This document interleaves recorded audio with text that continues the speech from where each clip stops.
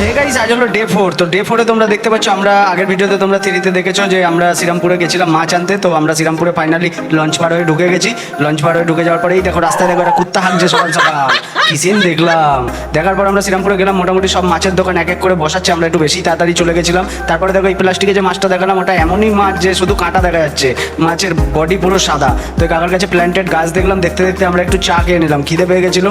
চা খাওয়ার পরে আমরা একটু দাঁড়িয়ে ঘুরলাম বাজারটা, সব দোকান বসছিল। তা বললাম না যাই, কাকার কাছে কিছু প্ল্যান্টেড গাছ নিয়ে নিই। তো কাকা কিছু বেছে বেছে আমাকে গাছ দিচ্ছে, আমি বললাম, বলার পর কাকা আমাকে গাছ দিয়ে দিল, যেগুলো CO2 লাগে না, মানে কার্বন ডাই অক্সাইড গাছকে দিতে হয়। তারপরে গাইজ আমরা কিছু খুঁজে খুঁজে মাছ নিচ্ছিলাম। এগুলো হলো কোকো মাছ, এগুলো হলো কাচের ময়লা পরিষ্কার করে, এইগুলো হলো রেড টেল শার্ক, আমার হাতে নিয়ে নিয়েছি আমি দুটো, 10 টাকা করে পিস নিয়েছে। এগুলো হলো লবস্টার, মানে আমরা যেগুলো বাঙালি বলে থাকি চিংড়ি মাছ। তো এগুলোর দাম এক একটা 180 থেকে শুরু, 250 টাকা অবধি মাছ আছে। তারপরে আমাদের ব্যাগ ভর্তি হয়ে গেল মাছ নিয়ে, আর আমার বন্ধুটা কিনলো একটা স্পঞ্জ ফিল্টার আর একটা অক্সিজেন কিনেছে। কিনে দুজনে হাঁটতে লঞ্চ পার হয়ে মোটামুটি এই যে আমরা এখন ব্যারাকপুরের মধ্যে রয়েছি, সাইকেল নিয়ে যাচ্ছি, যেতে হবে বাড়ি। সাইকেল নিয়ে হাফ রাস্তা চলে আসলাম, এই যে লালকুটি ব্রিজের নিচে থেকে আমরা যাচ্ছি, আমরা উপর দিয়ে যাবো না। সারা রাস্তা আমরা কথা বলতে বলতে আসছিলাম, আমরা বেরিয়েছিলাম 6টায়, আর বাড়ি ঢুকতে 9:30 10টা বেজে গেল। ভিডিওটা ভালো লাগলে লাইক কমেন্ট শেয়ার এরকম ভাবে পাশে থাকবে। আর নেক্সট পার্টে আমি দেখাবো কি কি মাছ আনলাম আর কি কি মাছ ছাড়লাম। আজকের মতো এখানে দি এন্ড।